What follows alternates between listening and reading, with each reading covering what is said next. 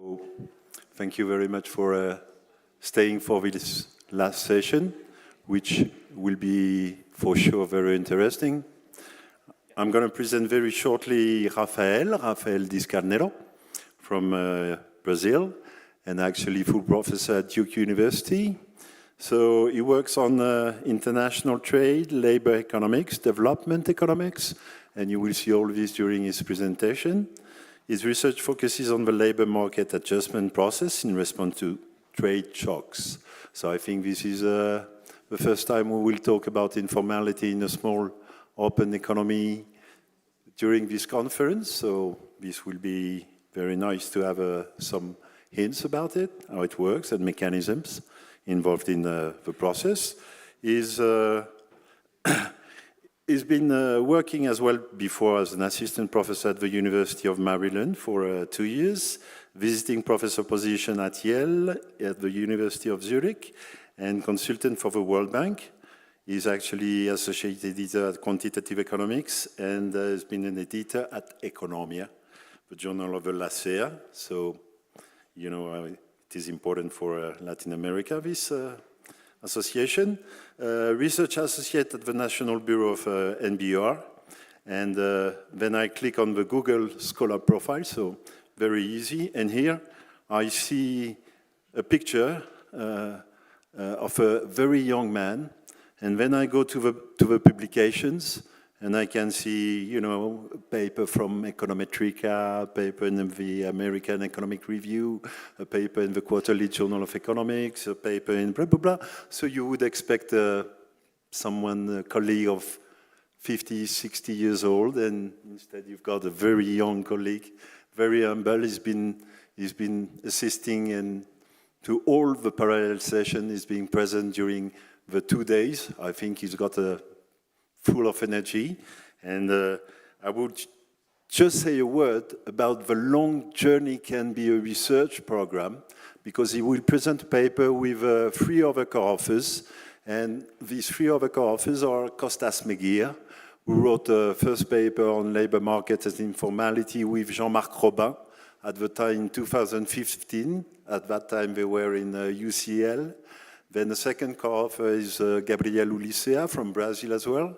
So this is a breakthrough paper that normally everybody should know here. Introducing informality in an international trade framework. That was in 2018. You could see that the 4 of them started to work on this project in the early 2020, if I'm right. So this is a 4 years long paper that you will see, but it is not published. But it is already cited about 180 times. So the median number of citation of a paper is 0.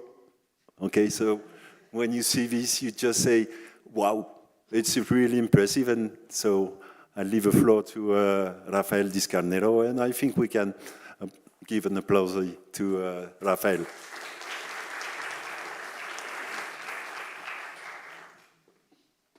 Hey, do I need a microphone or can you hear me? No, yes, we need.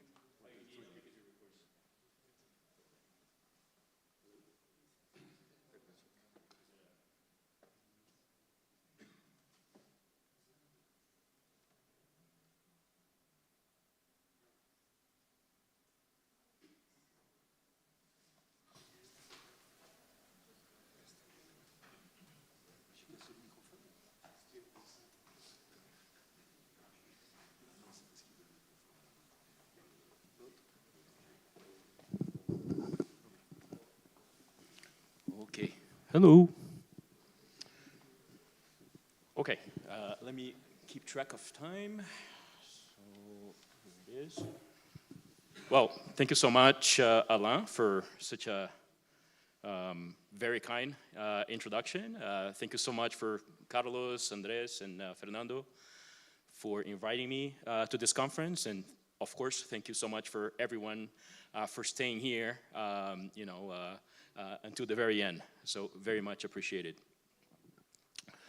Okay, so let me jump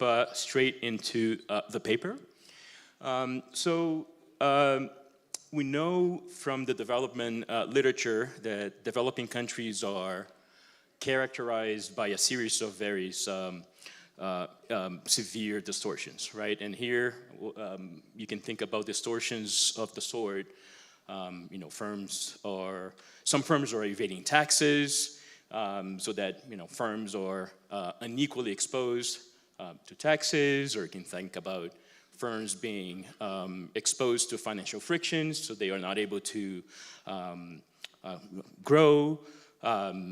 You know, in developing countries, you can have weak enforcement of contracts, and so on and so forth, okay? So there are many reasons why these developing countries are characterized by distortions, and there is a stream of the international trade literature try to understand the implications of these distortions for the welfare impacts of trade, okay? And the idea here is that trade, beyond its usual impacts on productivity or lower prices, it can also have important reallocation effects depending on whether you know, trade is going to be relocating resources towards distortions or away from distortions. We can have an amplification of the gains from trade or a mitigation of the gains from trade. Okay? So this paper that I'm presenting today is going to build on this tradition, and we're going to be focusing on a set of distortions that give rise to this phenomenon of informality.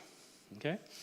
So the informal sector here, we're going to be thinking about this part of the economy that is evading taxes and not complying with regulations. Okay? And of course, I mean, this picture has been shown many times here during this conference. The share of the labor force that is informally employed in Latin America ranges from about 30% in Chile to about 80% in Peru, right? In Brazil, which is the context of this paper, that's about 50%, okay? Depending on the year, you measure that variable, okay? And before I go on, let me just say that it is a priori likely that the informal sector plays an important role on shaping the aggregate and distributional consequences of trade, okay? And this comes from a series of papers thinking about the effect of trade on labor markets, either in Vietnam, that's the McKagan-Pauchnik paper, or Brazil, which some of the papers that I list here. So in particular, just so that you can fix ideas here of where this project is coming from, so Brian Kovac and I, we had a series of papers analyzing the labor market impacts of trade liberalization on the Brazilian labor market. And more specifically, we focus on the unequal effects of trade liberalization across regions of the country, okay? And then various regions of the country are going to be differently affected by trade because they're initially specialized in different types of goods, okay? You're going to have the town that is going to be specialized in autos. You're going to have the other town that is going to be specialized in apparel, and the other town which is specialized in agriculture. Trade liberalization typically implies that different sectors are going to be affected in different ways. So tariffs are going to go down a lot more for apparel, then a little bit more, a little bit less for autos, and not at all for agriculture. So that's the Brazilian experience. So you would think that the apparel town would face a steeper negative labor demand shock compared to the auto town, and then even more compared to the agricultural town. Okay? So in this paper with Brian Kovac, we show that regions that are more exposed to import competition, using this variation that I just mentioned, what happens in the medium run is that there's an increase in unemployment. Okay? There's a relative increase in unemployment in these regions, but then you go forward, in the long run, there's no impact on unemployment, but there's a large reallocation towards the informal sector, right? And then Brian Kovac and I, we speculated at the time, we hypothesized that maybe in the absence of the informal sector, the impacts of these labor demand shocks induced by trade liberalization would have been much more severe on unemployment and perhaps even more persistent, okay? So the informal sector worked as a buffer to these trade displaced workers, okay? This idea has been corroborated by this other paper by Ponchek and Ulicea, where they revisit the paper that Brian and I wrote, but they interact these local labor demand shocks induced by trade with how much these local labor markets are being monitored by the Ministry of Labor. Okay? And then they show that in regions that are more tightly monitored, the effect of these labor demand shocks on unemployment are much more severe. Okay? So firms had less room to move to the informal sector.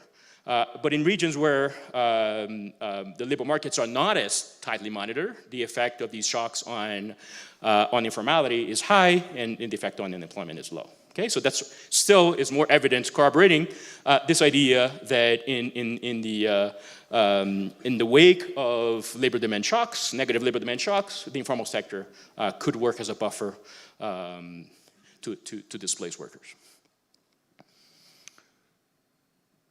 Okay, and one of the things I want to do in this paper is to think about the welfare consequences of having an informal sector. And we want to think about the welfare consequences of trade shock in an environment with an informal sector, taking into account these properties that I just discussed. So the main premise of the model that I'm going to be showing to you is that the government is going to be, so the reason why informality arises is that the government is going to be imposing burdensome regulations, but it's not going to have the capacity to perfectly enforce these regulations, okay? So of course the government can impose costs on informal firms through fines or the possibility of closure, but the government is not going to be able to apply these standards uniformly across all firms in the country. Okay? And this lack of strict enforcement of the rules is going to give rise to incentives of some small firms to sort into the informal sector, and larger firms that are more visible, facing larger expected costs of informality to locate in the formal sector. Okay?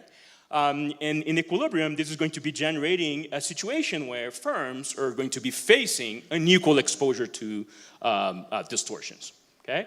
We're going to have a situation where the formal sector, which is more distorted by taxes and regulations, is going to be underproducing, okay, relative to the social optimum.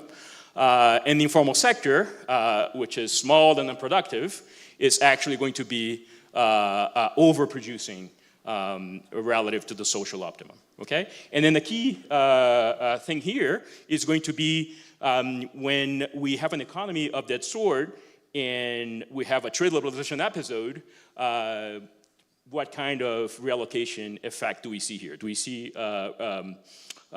labor flowing towards the formal sector or away from the formal sector? So we're going to be using a series of data sets in this paper. We're going to be using standard by now data sets on the formal sector in Brazil. But what's going to be interesting here is that we're going to be using these this informality survey, which is a matched employee data set in Brazil, but it's focused on small businesses. Okay, and within this data set, we can observe whether a firm is registered with the tax authorities, in which case we're going to be considering that firm to be formal. And more than this, we can also see information on the workers, we can see information on sales of firms, and the other information, okay? And we're also going to be using the household survey from Brazil, the Pesquisa Mensal de Emprego, in order to be talking about the sheer size and the aggregate size of the informal sector in the country. Okay, so with these data, we're going to be establishing 5 facts on formal and informal firms in Brazil. By no means these facts are new. Many of these facts, we already knew them, but these facts are here in order to guide what kind of model we want to write down to think about the effect of trade on an economy in the presence of an informal sector, right? So fact one is that Brazil has a large informal sector. It's about 48% of employment. And the other interesting thing that comes out of the household surveys that we're going to be using in the data is that flows from unemployment to informal employment are twice as likely as flows from unemployment to formal employment. So once you're unemployed, you're much more likely to flow into an informal job rather than to a formal job. Fact two, that comes from the Informality survey, we document that as the probability that a firm is informal sharply decreases with its size. Okay? So firms of size 1, 99% of firms of size 1 tend to be informal, but then this probability sharply declines with size, and then only 30% of firms with size 5 tend to be informal. Okay? And that suggests that the cost of informality steeply increases with size, right? Which is intuitive. As firms grow, they become more visible, and therefore they face larger threats of closure and fines from the government. Fact three is that informal firms are, on average, less productive than formal firms. Fact four is that the average informal worker is paid lower wages than the typical formal worker. And then fact five, I'm not going to emphasize this today because of the lack of time that I have in the paper, but this is an interesting a fact that has been documented for Colombia, and we document this for Brazil as well. We have that firm level turnover, okay, so you can think about volatility of employment at the firm level, sharply declines with size, okay? So larger firms tend to be less volatile in terms of employment, but conditioned on size, exporters tend to have higher turnover, okay? This is going to be interesting in the context of our model because we want to think about a model that relocates resources across firms, and we know that trade typically relocates resources towards larger firms, okay? Fact five says that as you relocate resources towards larger firms, you tend to decrease turnover in the economy. But you also relocate resources towards exporters, which tend to have higher turnover. So the effect of a trade on turnover is not immediate, it's not obvious. And in a frictional labor market, turnover is going to be associated with unemployment rates. Economies with higher turnover, people being fired and hired more frequently are going to be associated with a larger stock of unemployment. Okay. Okay. So here's a model that we're going to be. Here's a preview of the model that we're going to be developing in this paper, and one thing that I'd like to emphasize that I forgot to say at the outset is that this is a paper on trade in the environment with informality. Okay, but I want you to, the framework that we're going to be proposing here is very general. You can use that framework to think about many different aspects of labor market regulations or taxes, and you can use that framework to think about their impacts on informality, government revenue, welfare, you name it. Okay. Although the emphasis of this paper is on trade and labor markets, you can use the framework that developed here to think about any kind of policy on taxes or labor market regulations that you might be interested in, and can use the framework here to think about counterfactual policy evaluations. Okay, that said, here's the outline of the model. So fact three that I mentioned a while ago, that firms, informal firms tend to be much less productive than formal firms, suggests that what we need here is a heterogeneous firms model. Okay, so we're going to have a model where firms are heterogeneous in terms of productivity. And these firms, they decide whether to operate in the formal sector, in which case they have to be paying taxes and they have to comply with labor market regulations, or these firms may decide to operate in the informal sector, in which case they were free from regulations and taxes, but they have to confront this cost of informality that is imposed by the government. Okay? So the model is going to feature search and matching frictions, and that is going to be generating unemployment, in part because we want to speak to some of the papers that I mentioned here, my paper with Brian Kovac, where you have this substitution, right, apparently, between unemployment and informality. Okay? So search and matching is going to be generating equilibrium unemployment in the model, but it also is going to be generating the fact that different firms pay different wages. Okay? And in particular, we're going to be trying to match this wage size premium that we see in the data. Larger firms tend to pay higher wages, and exporters tend to pay even higher wages, condition on size. And also, this variation in wages is going to be important if we want to have any role for the minimum wage. Okay, so and on the institutional setting, the model is going to be very rich. The government is going to be imposing minimum wages, firing costs, payroll and value-added taxes, as well as import tariffs. Okay. Now, if we want to have any role for firing costs, we need a dynamic model. We need firms that are, growing but also downsizing. Otherwise, you have no bite of firing costs. We also need a dynamic model to be able to talk about flows from unemployment to informal versus formal jobs. Okay, so we're also going to be focusing next on a model where firms are going to be subject to productivity shocks. And they're going to be adjusting in response to those. Okay, so finally here, given our premise, taxes and labor market regulations, they're imposed by the government, they're burdensome, but they cannot be perfectly enforced, and that generates incentives for some firms to sort into the informal sector. So trade is going to come in two flavors in this model. So all firms in the economy are going to be affected by trade, because all firms in the economy, they use some of their inputs from manufacturing, okay? Even the street vendor with his hot dog stand might be using a cart, coming from China, okay? So all firms, formal or informal, either in manufacturing or services, they're going to be exposed to trade through the input side, okay? So trade is going to be affecting productivity, worker productivity of all firms through this intermediate input usage. Okay.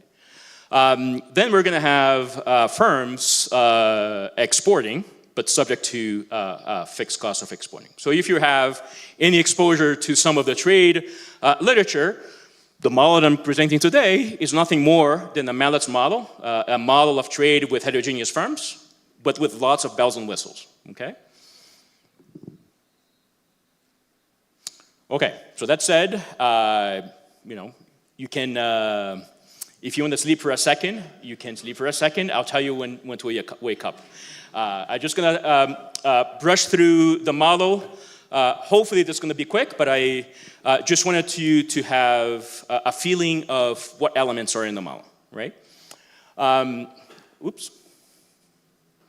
Okay, so in the model we're going to have two sectors. We're going to have a manufacturing sector, which is going to be indexed by C, and we're going to have a service sector, which is going to be indexed by S.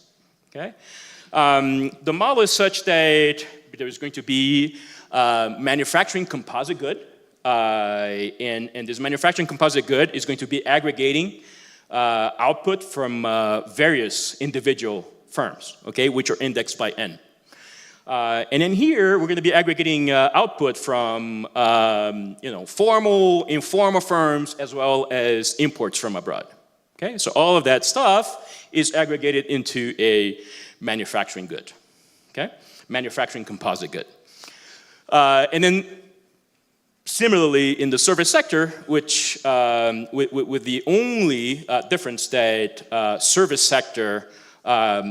sector composite is not made of imported variety. So we cannot import restaurant services or schooling services. Okay? So once these two composites are formed, we can final consumption goods are produced using these manufacturing and service sector composites. But some of these composites are also used in a roundabout production function, and they're used to produce sector-specific intermediate inputs. Okay, and these are going to be key here because that's going to be a link between. This is going to provide a link between trade costs, right, tariffs, and all firms' productivity, all firms in the economy's productivity. Okay. You can think about these lambdas as input-output terms in an input-output matrix. Okay? So whenever you produce a manufacturing good, you're going to be using some manufacturing goods and some goods from services. And it's the same thing for a service sector good. Okay, so the production function that we're going to be focusing on here, so if you think about a firm in a given sector, manufacturing or services, firms are going to be producing according to this production function, right? So there's going to be productivity here. Then this is the amount of workers that the firm employs, and this is the amount of this intermediate input that the firm purchases, okay? And so again here you see that trade cost is going to be affecting the price of the manufacturing composite good, okay? And by affecting the price of the composite good, there's going to be a transmission to all firms in the economy because all firms in the economy are going to be using some. All firms in the economy are going to be using some fraction of the manufacturing good. Okay. Now, remember that I mentioned that we're going to need some firm-level dynamics in this model to be able to generate flows and to make firing costs, biting in this model. So we're going to be assuming that productivity is going to follow a stochastic process. So, which means that firms may receive positive shocks in their productivity or negative shocks, which means that at every period, some firms are going to expand and some firms are going to downsize, and as firms downsize, they have to incur firing costs if they're in the formal sector. Okay, so here's just a tree of how things work in the model.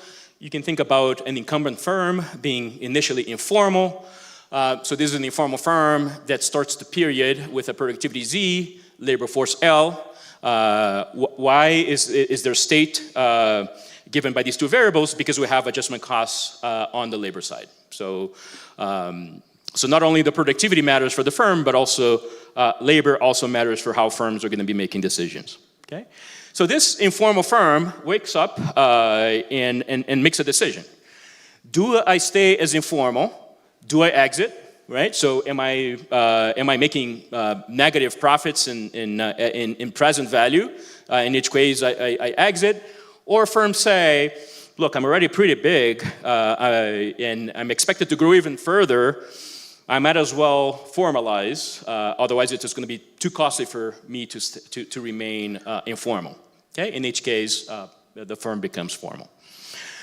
Okay, but let's go here. If the firm decides to stay informal, it is going to choose its optimal labor force.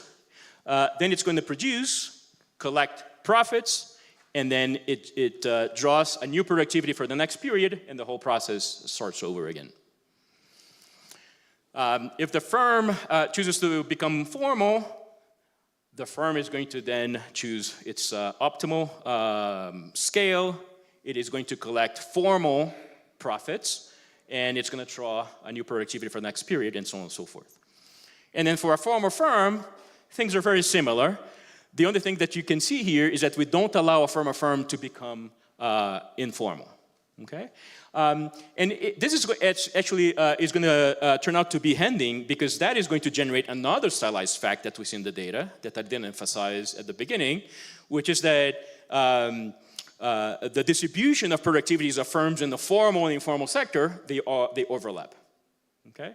And how can we generate this? Well, think about a firm entering the formal sector. that firm is going to remain in the formal sector even if it is subject to a series of very bad shocks, okay? Even if it gets very, very, very low productivity, okay? And that is going to be generating this overlap in the productivity distributions. Okay, so what I'm going to do next I'm going to tell you, okay, so this is the model for incumbent firms. I'm going to tell you what the model looks like for new entering firms. But then in a second, I'll tell you exactly what is the difference between profits of informal and formal firms. Okay, so for entry, things look similar. The difference here is that a firm has to pay a given cost to enter the market. Once the firm pays that cost to enter the market, it draws its productivity, and then it decides whether to enter in the informal sector or the formal sector. Okay? And then in order to close the model in equilibrium, we have to assume that we have free entry, okay? Which in expectation firms are making zero profits. Okay, that said, let's talk about the profits of formal firms. And everything that I'm going to show you here, everything that is in red, this is imposed by the government.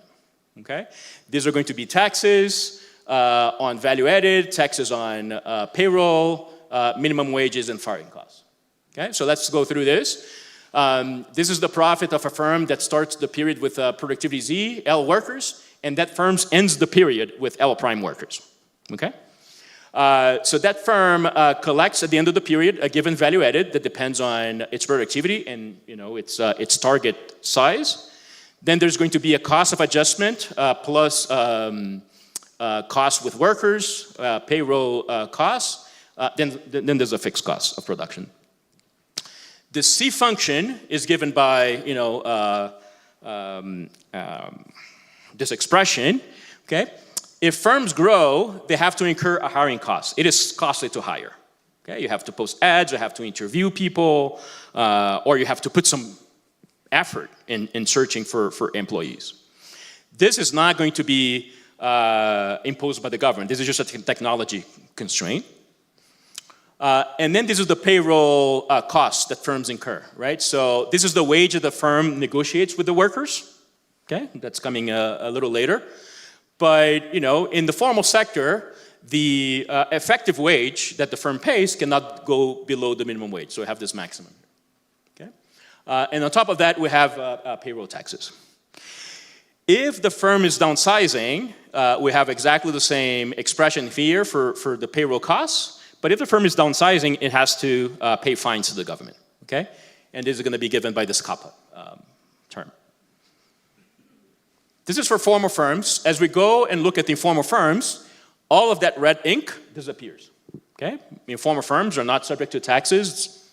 They're not subject to minimum wages. They're not subject to firing costs. So all of the red ink disappears, but there's one thing that comes up that is different from informal firms, which is that there's going to be this cost of informality. Okay? And this cost of informality can depend on the size of the firm.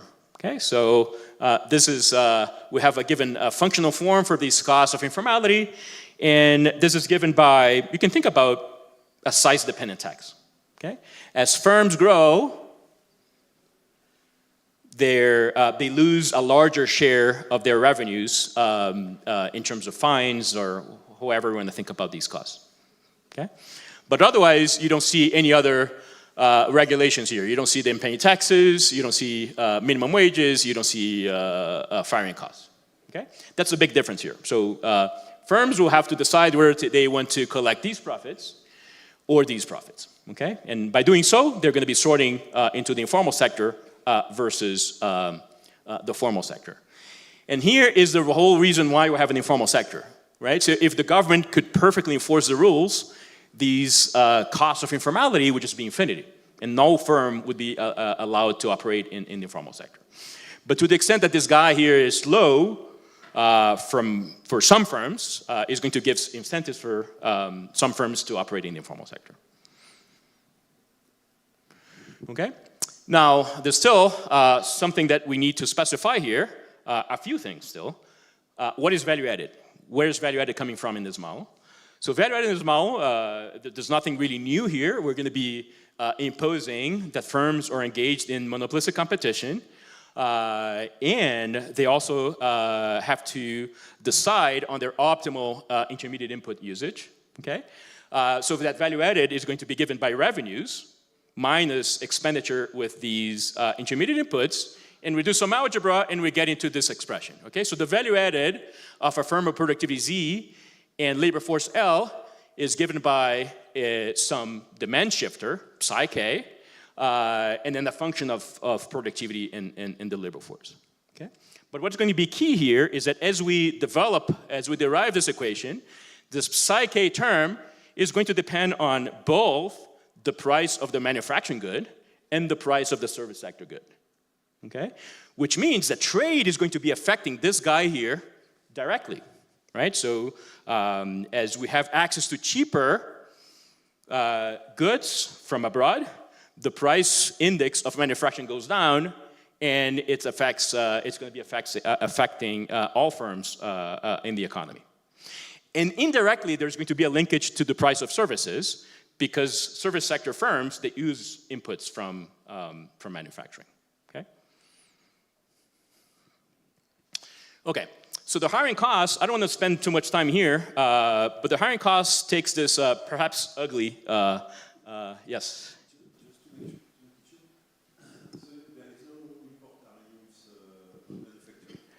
There is. I'm not going to be explicit about this, but I mean, the paper needs to be explicit about this. But you can think about tariffs, right, as affecting this guy here, right? Tariffs and other trade costs.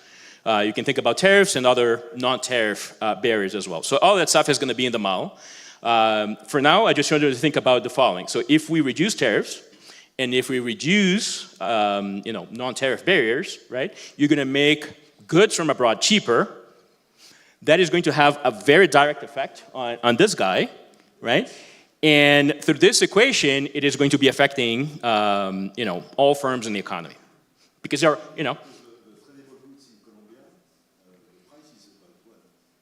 is about what? Is one. Basically, the price of the imported good is the price of the world tax. Yeah. So we have to go to the data in Brazil, and we have to estimate what is coming. I mean, the tariffs, we observe them, of course, but we will have to estimate what is the fraction of the foreign price that comes from non-tariff barriers, okay? Which in Brazil is not 1, it's gonna be 2.4. So, right, so in this model, I mean, the way we back out international prices is that, the good gets to the border, it is multiplied by 2.4 before it gets into the Brazilian consumers and firms. Okay, so hiring costs, they're going to take this ugly expression. Let me just say that this expression, some of these parameters, these gammas here, are going to be handy for us to do to be able to match two things in the data, right? This gamma 1 is going to be important for the model to generate wage dispersion. And this gamma 2 parameter is going to be handy to generate this fact 5, which says that turnover declines with firm size. Okay, I'm not going to be discussing this much further. And the other thing that the hiring cost depends on is on labor market tightness. Okay, so if you have a situation where unemployment is very low, it is much harder to hire. So firms have to spend more resources to hire. Okay, and this is allowed here in this model. In environments with higher unemployment, it is easier to hire. In environments with lower unemployment, it is harder, more costly to hire. Okay, then in order to expand, firms have to post vacancies, and then we have a standard matching function dictating how many matches we have in the aggregate economy, and in particular how many matches we have across firms of each type, formal and informal, and across sectors, manufacturing and services. Okay, and this is going to be a random matching model. So workers are going to be randomly matching with firms that pose these vacancies, and once matches are formed, firms and workers are going to be bargaining over their wage. Okay? So once a match is formed, firms and workers, they bargain over the wages. And because we have search frictions here, we can have an equilibrium in a situation where a worker is matched with an informal firm that is very unproductive, and that firm is going to be offering very low wages to the worker, and even then the worker is going to take the job because it's just too costly for the worker to break that match, go back into the unemployment pool, and search for another job. Because the probability is that even if the worker does so, the probability that matching with an unproductive informal firm is very likely, is very high in the future as well. Okay, so the open economy here, I'm going to be very quick, and I'm not going to be explicitly telling you how the trade costs enter into the model, other than saying that the trade costs and tariffs, they enter into the price index for manufacturing. Okay. So this is going to be a small open economy model where whatever happens in Brazil does not affect the foreign demand for their goods. Okay, and on the export side, we have that manufacturing firms they are allowed to export if they incur a fixed cost FX, right? And it takes scale to export. So this fixed cost is typically large. Only the very big firms find worthwhile to export, right? So this is the export side, right? So only big firms export in this model. But again, let me reemphasize this transmission from trade shocks to services and informal firms through the input channel. Okay, let me skip this as well. So we take this model to the data, and as we take this model to the data, we fully impose that the economy is in equilibrium. And in particular, this model turned out to be not very easy to handle. So although the model is in principle amenable for transitional dynamics, we're going to be focusing on steady states here. Okay? So one of the things that we're going to be imposing is that the economy is in steady state, and when we do our counterfactuals, we're going to be thinking about long-run consequences of various types of shocks. Okay, so let me emphasize here before I go into the results. How much time I have?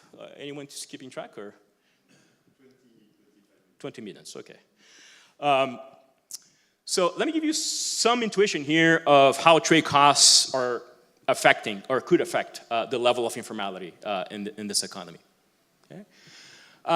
As we reduce tariffs or trade costs, okay, one result of that is that exporters will tend to expand. Okay? They're going to be facing a larger demand from abroad. Okay? They're going to be more profitable, which means that they will tend to expand, and they're going to have higher profits, and they're going to be sharing these profits with the workers so that wages go up as well. Okay? Not only exporters start to pay higher wages, but new exporters coming to the pool, and they also tend to pay higher wages. Okay? So these developments are going to tend to make the value of search for workers to go up. And if the value of searching, right, because now the value of matching with an exporter goes up tremendously. So wages, so the outside option of workers goes up. And that is going to bid up wages across the whole economy. Okay? And by bidding up wages across the whole economy, that's going to hurt some of the informal firms, because now they have to compete with these high wages. Okay?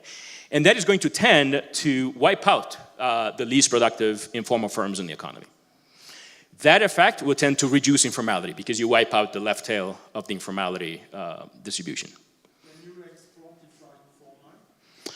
You cannot we hardwire in the model that we cannot export if you're informal, but that's not a big assumption because it takes scale, right, to be an exporter. So you typically need 100 to 150 workers, and that's just not the scale that informal firms are operating. So even though we hardwire this in the model, that's not, it's not something that is really binding, right? Yeah, so wages go up because of this exporting channel. So that wipes out the left tail of the informality distribution that tends to reduce informality. But think about this formal firm that is barely formal. If it was a little bit less productive, it would be informal, right? For that firm is also facing higher wages. So that firm will tend to either exit the market or go informal, okay? And that tends to increase informality, okay?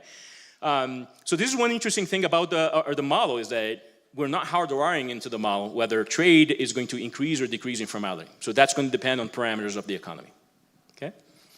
The other thing here that drives formality up, at least in manufacturing, is that think about this informal firm that is barely formal, okay?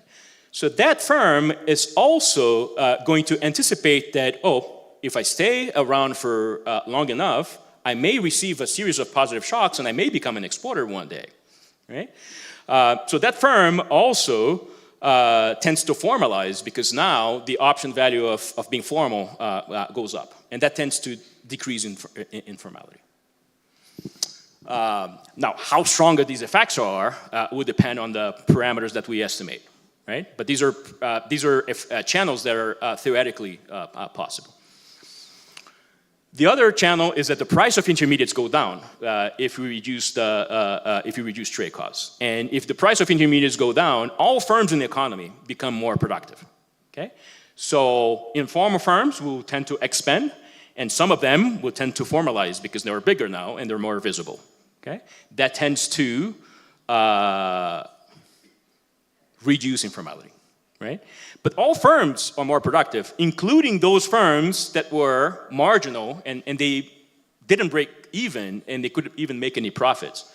So think about this potential informal firm that now is more productive and now can finally break even and enter the market. And that tends to increase informality. Okay? So again, interesting directions of these effects, and whether trade increases or decreases in informality will depend on our model's estimates.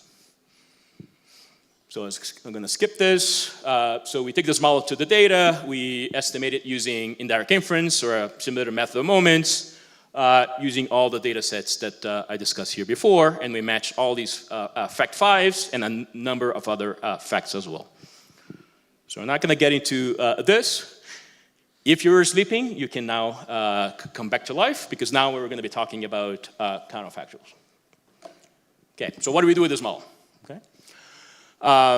So what we're going to be doing here is we're going to be influenced by this interesting paper by Bakaï and Fari, who think about the impact of technology shocks or trade shocks in environments with distortions. Okay, so our initial equilibrium is already a second best equilibrium, okay? And in this environment, the effects of trade shocks or technology shocks can be very different, right?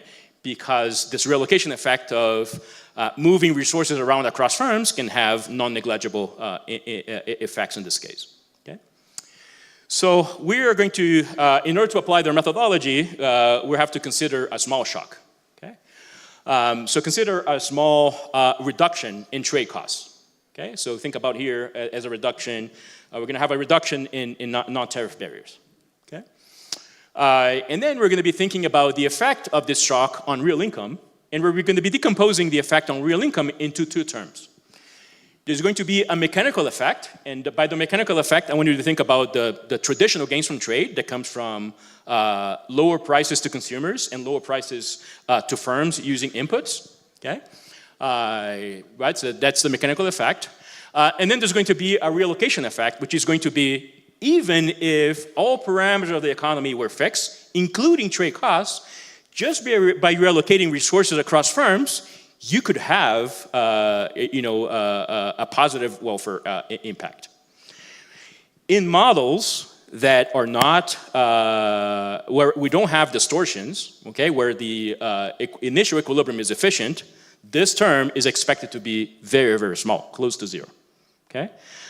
So if I had here a standard model of trade, the only effect that I would be expected to be capturing is the mechanical effect, okay? Okay, so we do this decomposition. We decline these trade costs from 2.4, so that's what we estimate in the data, okay? So it means that if a good gets to the border, before it gets to Brazil, it has to be multiplied by 2.4. That's the aggregate cost of transactioning with the outside world. Okay.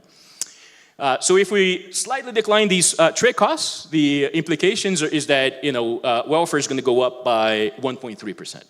It's not a big effect, but it's not a big shock either, right? But what's interesting here is that the mechanical effect is about 0.2. Okay, so the traditional gains from trade are of about 0.2%. Okay, and the big effect is actually coming from this relocation effect. Okay, so the relocation effect is almost 5 times as large as the traditional effect. Okay, so that in our economy of the informal sector, the gains from trade are hugely amplified. Okay, and this is coming from the model predicts that the informal sector is going to be shrinking. So you're releasing resources from these overproducing firms, right? They're undistorted and overproducing, and you relocate these resources to the initially underproducing and very distorted formal sector firms. And that is accounting for a very large chunk of the gains from trade. Okay, so this is going from a small shock to a big shock. So with the big shock, I can no longer make that decomposition because it was a first order approximation. But still, I can track here as we move Brazil from a relatively closed economy to a relatively open economy. We can see that the gains from trade greatly exceed, the total gains from trade greatly exceed the mechanical effect. Okay? So if Brazil goes from about, the current, that's not current, that was in 23. In 23, Brazil had an imports to GDP of about 10%, okay? Moving from this level of trade costs to this level of trade costs is equivalent to moving Brazil to an imports to GDP ratio of 10% to an imports to GDP ratio of 30%, okay? Similar to Colombia, South Africa, and UK. So it's not a crazy movement, okay? And that would generate gains in welfare of about 25%, which are huge, okay? And then here you see that, the model would predict that informality would decline, but it would not decline by a whole lot. But it would decline by enough to generate quite substantial gains from trade, okay? Okay. So the next exercise, we want to think about, okay, but what exactly is the role of the informal sector here? And by how much the informal sector is explaining these big gains from trade? And to do so, we're going to do the following. We're going to be thinking about multiple parallel universes, okay? So there's our baseline economy here. That's the economy that we estimated from the Brazilian data. And gradually, we're going to be increasing the cost of being informal. Okay, we're going to be gradually, making harder and harder for firms to be informal. Okay, we're going to be cracking down on informality. And as we do so, we're going to have this strict enforcement. And as you can see here, as we have stricter enforcement, the share of employment in the informal sector declines up to a situation where no one is in the informal sector anymore. The government is perfectly enforcing the rules, okay? Of course, it's a fairy tale example. I mean, the counterfactual that I like the most is this one, okay? When we think about small deviations from the current equilibrium, okay? But it's still interesting to think about, what happens as we completely eradicate informality in this scenario, okay? One thing that you're going to see here is that as we, as we crack down on informality, the informal sector declines, but the unemployment rate spikes up. And I think that's one of the main concerns that we all have here that, that cannot be a feasible policy solution, cracking down on informality because, we're all concerned that all these guys will have nowhere to go. We're just going to have this employment rate spiking up, and this is captured here in the model. Okay, but once we have these parallel universes, we are going to simulate a trade liberalization episode within each of these parallel universes. Okay, and you want to think the way we want to think about it is, what if trade liberalization happened in an environment where the government was cracking down informality versus not? Okay. And I said, this is the small shock analysis where we can make the decomposition between of welfare effects into the mechanical effect, the traditional gains from trade, and the reallocation effect, which is new here to this paper. And what I like is really to compare these two here because we're comparing small shocks and small changes in the environment. Okay?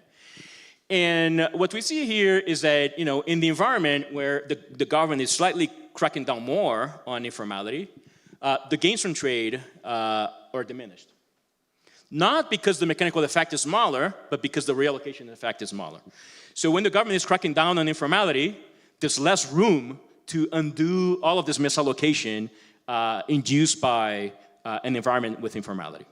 Okay? There's less room to reallocate resources from less distorted to more distorted firms. And this is the big shock analysis, and then you can see here, it's a complicated nonlinear model, so we don't have a perfect ranking across these scenarios. But what we can see, as a general rule, is that the gains from trade they're diminished in environments where the government is cracking down on informality.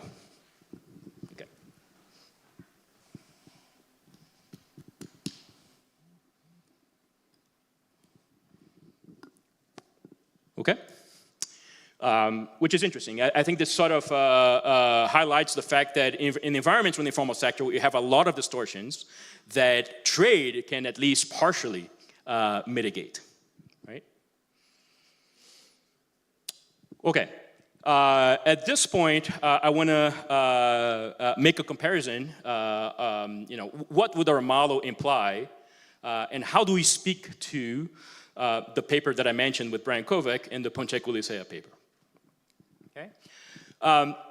So the empirical analysis that I discussed with you all, right, that different regions in the country are exposed to different labor demand shocks because they're initially producing different goods, right, and goods are facing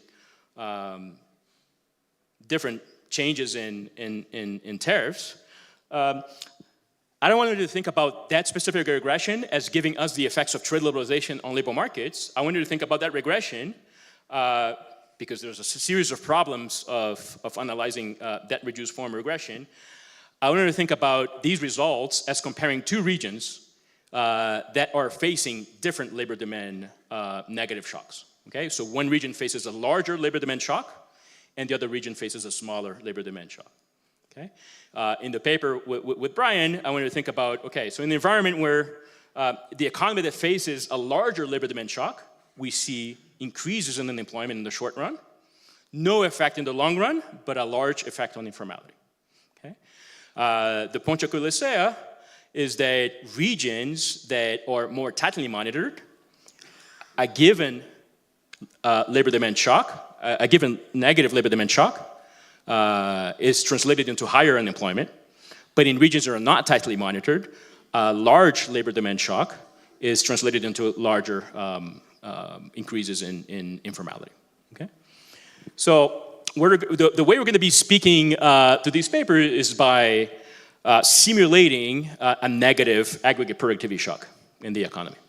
Okay, so all firms receive negative productivity shocks. Yeah, okay, we shifted the distribution of productivity to the left. And let me jump here into this figure because I think it's a little prettier.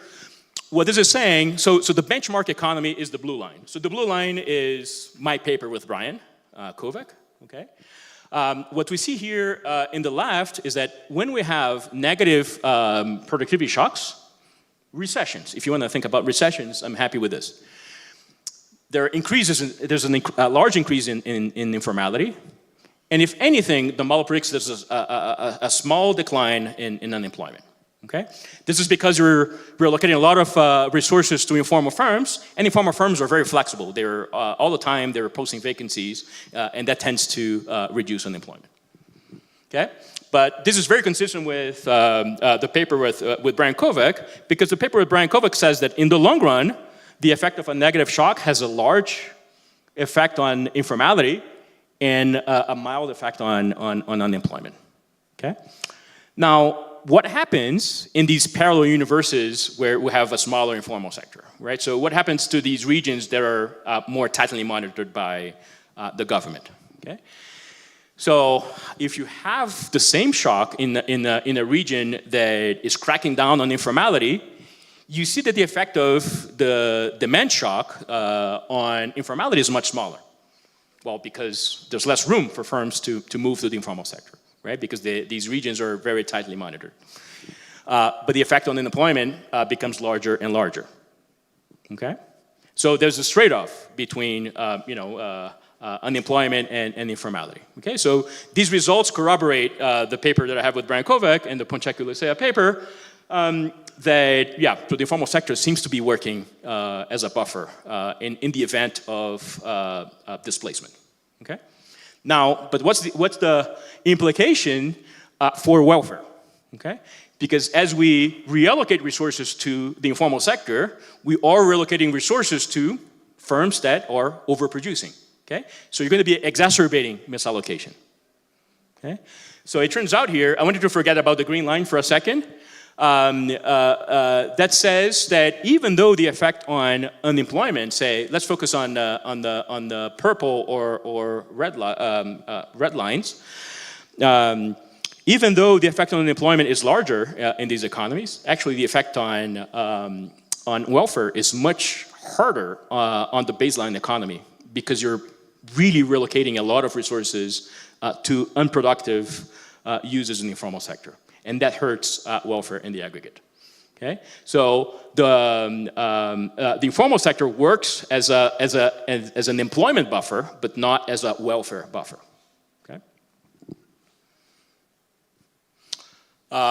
Okay. So this exercise I think is interesting because there's a literature in trade trying to think about the effect of liberalization on inequality across firms, right?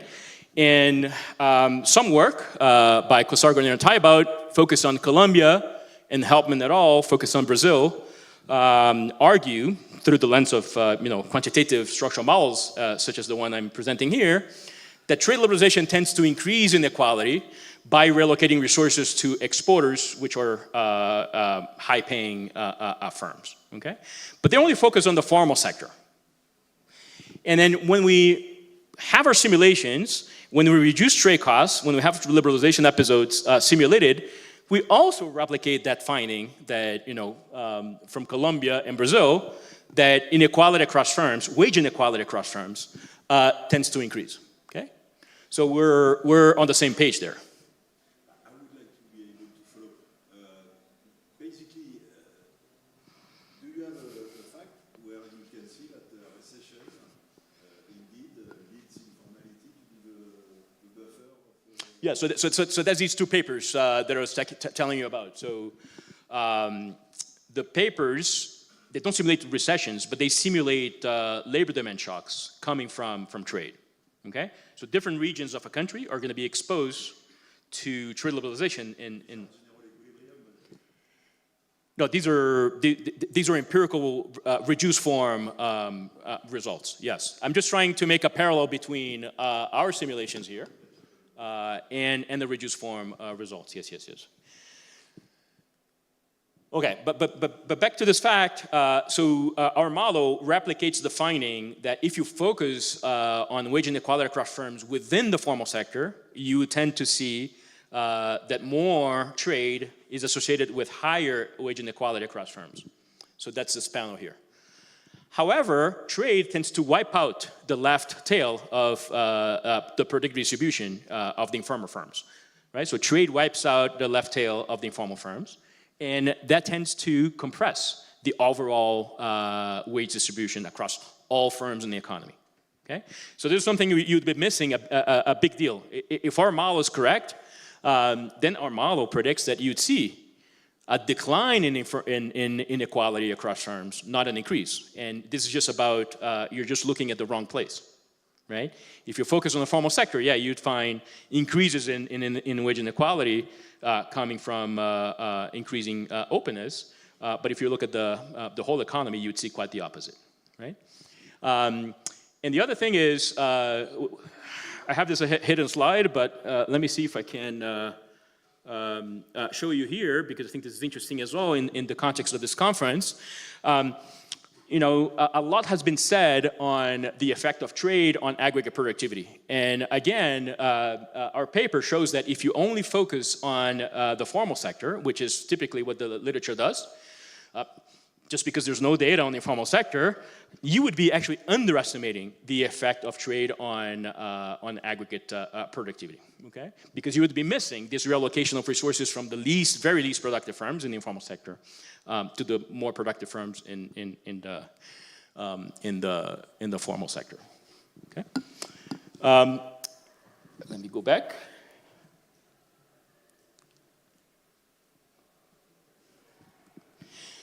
So that's it. So that's the paper. I see you. Oh, finally. I just wanted to make a joke. Okay. So what do we do here in this paper? We study the impacts of trade in the environment of informality. We develop, we estimate, and simulate a rich quantitative model fit to microdata from Brazil. And here, let me emphasize again that this is the focus of the paper is studying the effect of trade on Brazilian labor market. But you can use this model to think about any policy that you might be interested in. You can think about simulating changes in value-added taxes, payroll taxes, and you can think about the effects of these taxes on government revenue, welfare, and so on and so forth. You can think about what is the relative importance of minimum wages versus firing costs in generating informality, et cetera, and so on and so forth, right? And the key premise of the model is that there are burdensome regulations and taxes imposed by the government, but the government cannot perfectly enforce those, which generates incentives for small firms to operate under the radar and not comply with these distortions, right? We show that trade liberation has positive and large impacts in this environment. And we show that this relocation effect increases with the prevalence of the informal sector. Okay, so we revisit empirical work. So I think that the comparison that we make with my paper with Brian Kovac and Ponte Colicea lend credibility to the model because these are out of sample tests, if you wish. And so the big conclusion here, which I think you all will like, is that incorporating the informal sector in analysis of trade policies can matter a great deal, quantitatively, but also qualitatively. Thank you very much.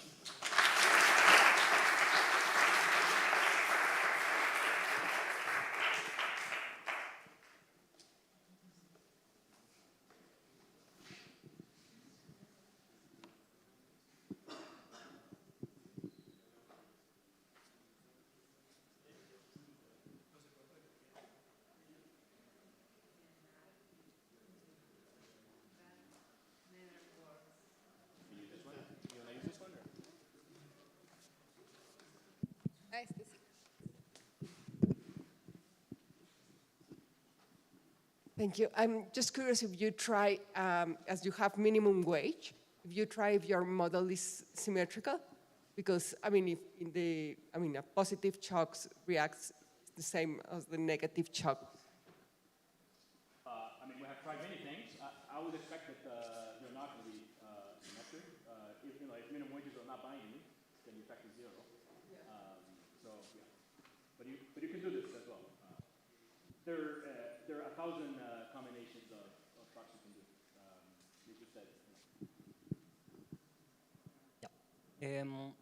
One of the main findings of Ponce and Alicia was that you have heterogeneous effects by skill level. You have low-skilled workers who have worse results than high-skilled workers as a result of tariff cuts.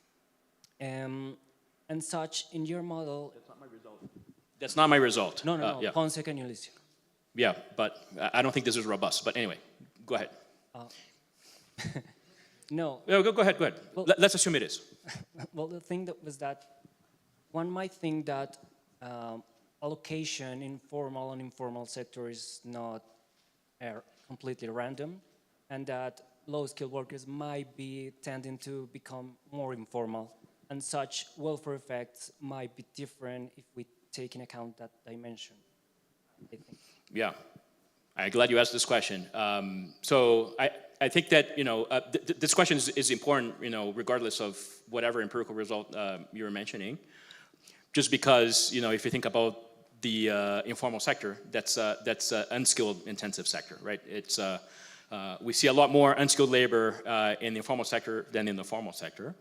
And I think that's a very good point, because, some of the results that I mentioned here, these are long run effects, right? And one of the implications of the model is that it's going to be destroying some of these informal sector jobs, which are unskilled labor intensive.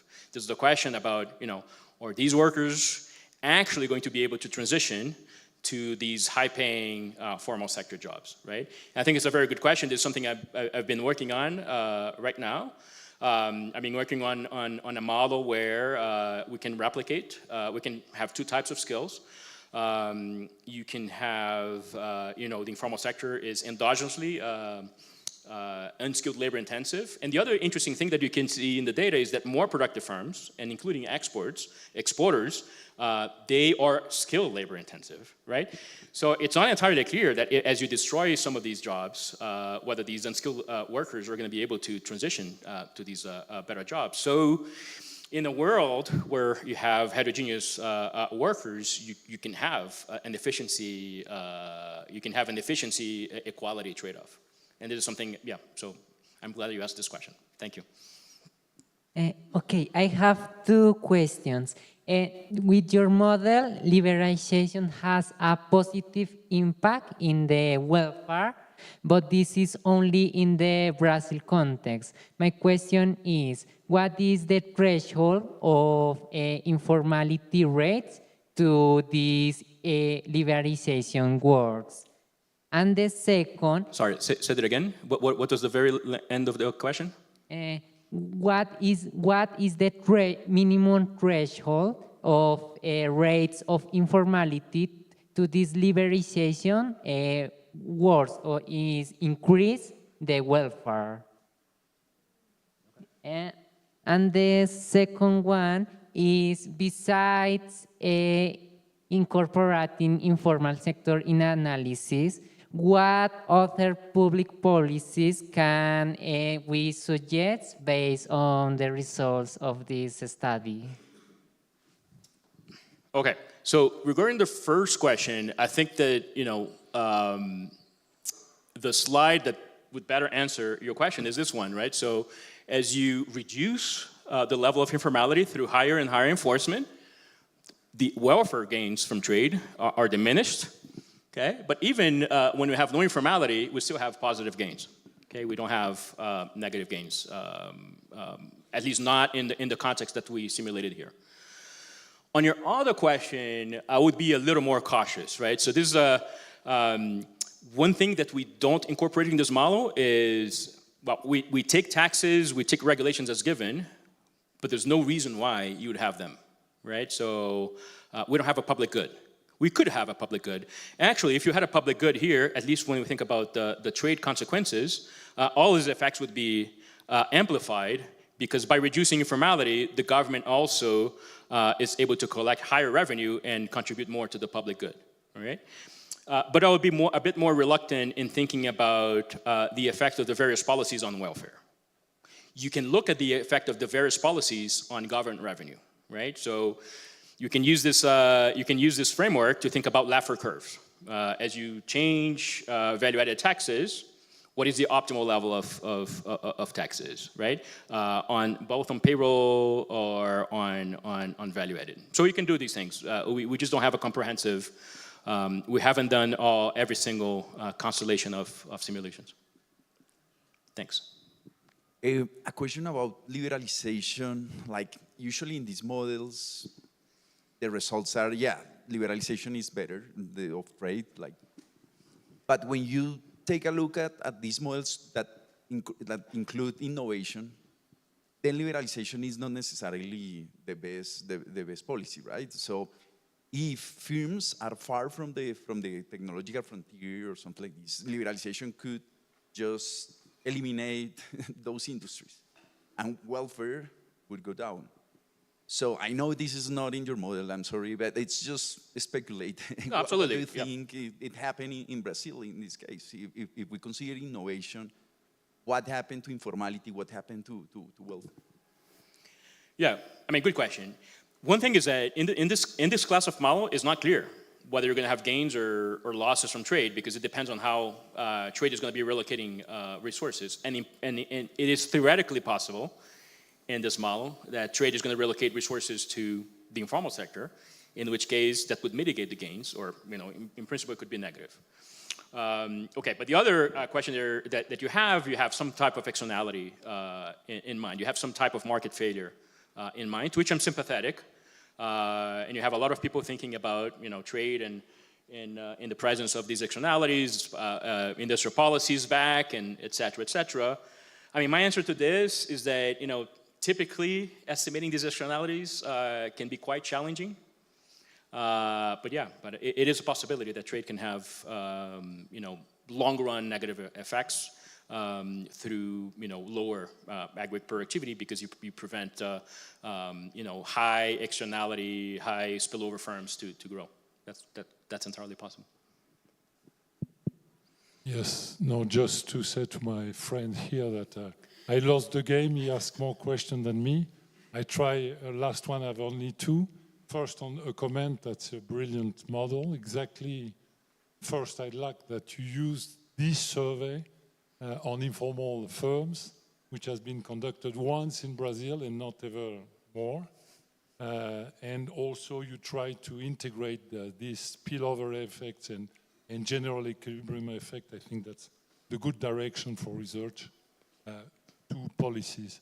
My two questions, the first one is, you distinguish the service as there's no international trade.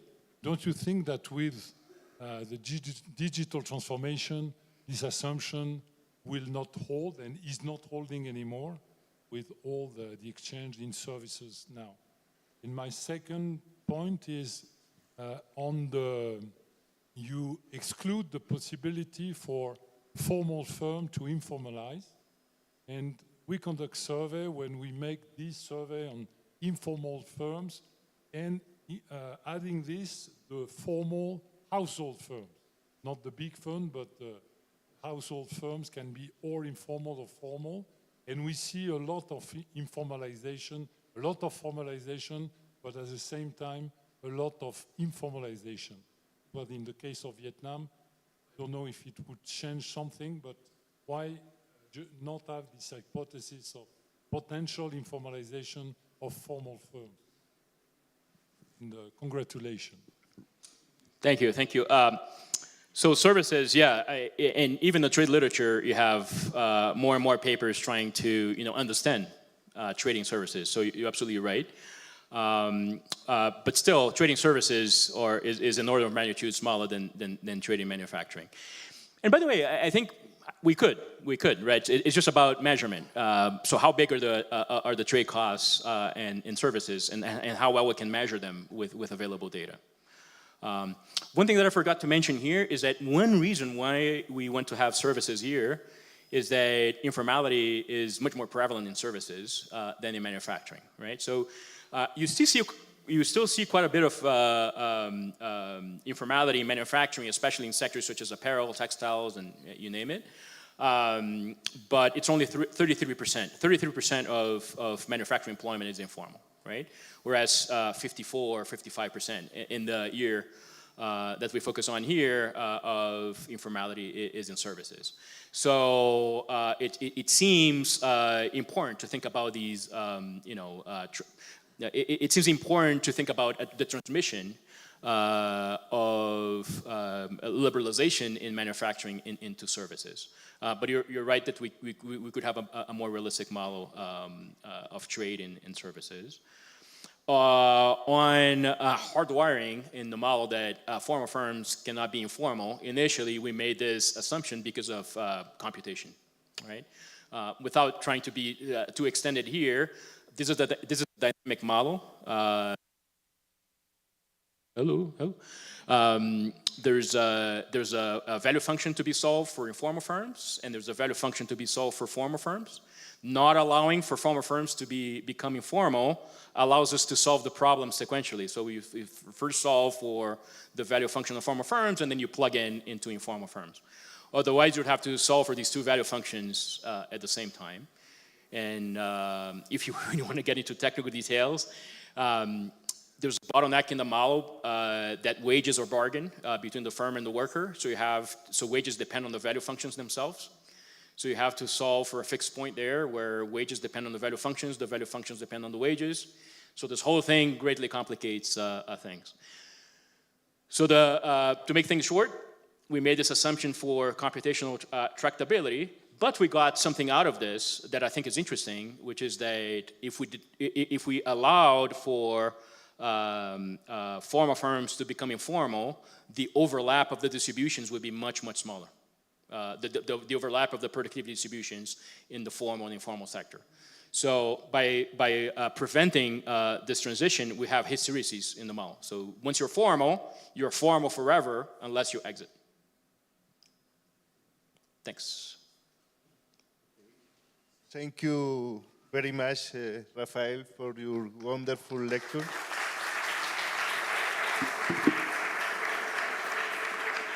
I would like to thank all of you by the participation in this conference, the excellent paper that you have presented, the quality of the discussions and the questions, and I hope that in the 5th edition of this Congress, we will see you again. I invite you to participate, to enjoy the closing cocktail, if you want to say something. Thank you. I want to say something. Thank you very much to all of you for your participation, your active participation, as speakers, as participants in the conference. We don't have the prize for who asked more questions this year. In any case, Francois is the second. But speaking seriously, this is really nice of this kind of events.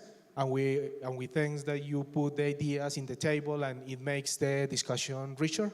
I want also thanks the Universidad de los Andes, IRD, Banco de la República for this partnership to organize this event, and also the other supported organizations, TRIS, the research center of our school, Universidad del Rosario, CEPAL, and the other institutions, and also who makes possible all of this is the logistic team, Paola, who is there, and Julian, he's maybe out organizing everything for the cocktail. He's rude, but he loves all of us. I can promise that. And also the team, sorry? Yeah, also the team from Universidad del Rosario, Catalina and Vicente, her baby who is coming, Maria Jose and Lina, and who is not here, and also the students that were organizing everything, making possible find the food, the rooms, and everything. 6 years ago, when you started planning this conference, we didn't plan to organize for all of them, but we always find a good excuse to make a new one. In the last one, I will not say the name, but one speaker say I cannot go, but then we say let's organize another one to make Rafael possible to come. I'm joking, but thank you very much, all of you for all the speakers, our keynote speakers for coming here. And I don't want to make shorter the time for the cocktail. Thank you very much, and see you in the 5th edition of our conference.